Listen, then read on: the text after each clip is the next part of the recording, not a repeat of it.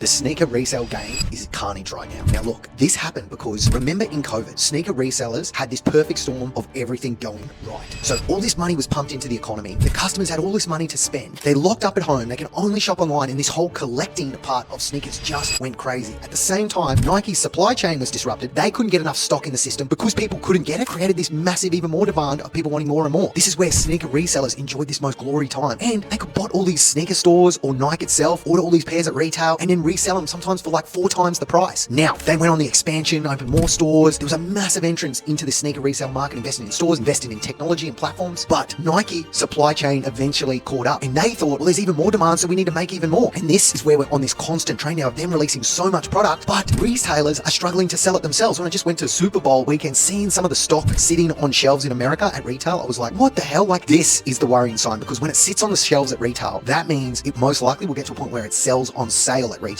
This just creates this whole cascade, but this is where the resellers can be left holding the bag, especially ones that have brought up a lot of inventory and stock. They enjoyed this crazy time of COVID of the prices always increasing of their sneakers over time. When now it's going the other way, they're dropping in value, they're depreciating because there's more and more releases all the time, and that must-have demand is not quite there. Interest rate rises, the economy, everything having its effect. But this is where I sort of see this consolidation of the sneaker resale industry, of those top players being able to grab all the market. And if they can properly diversify and have a well-rounded catalog, not put all their eggs in one big risk, and especially try and understand the Nike supplies that are coming down for those big releases to just make sure they're just not left with stuff that's going to sit at retail and therefore discount at retail, and then they'll be able to survive this period. But just like this is one of the toughest times in retail, right? This is definitely the toughest start to a year in retail this year. Just like evolution, the ones that can adapt, the ones that can move fast, the ones that can seize opportunities will just eat the lunch of the people pointing fingers and blaming.